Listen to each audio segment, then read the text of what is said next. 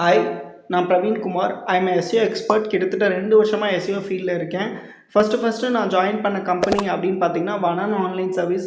அந்த கம்பெனியில் கிட்டத்தட்ட 9 வெப்சைட்ஸ். அவங்க வந்து quick transcription, translation service, voice over service அந்தமாரி சர்வீஸ் ப்ரொவைட் பண்ணுற கம்பெனி.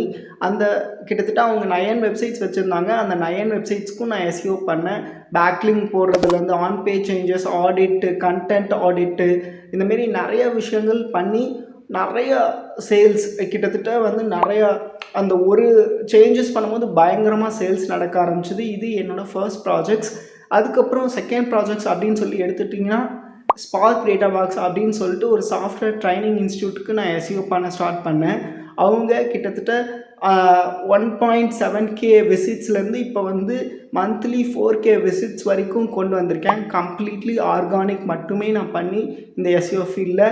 அடுத்த விஷயம் என்னன்னு பார்த்தீங்கன்னா, டெக்ஸாஷன் சாரீஸ் அப்படிங்கிற ஒரு வெப்சைட்ஸ்க்கு வந்து நான் எஸ்இஓ பண்ணியிருக்கேன்.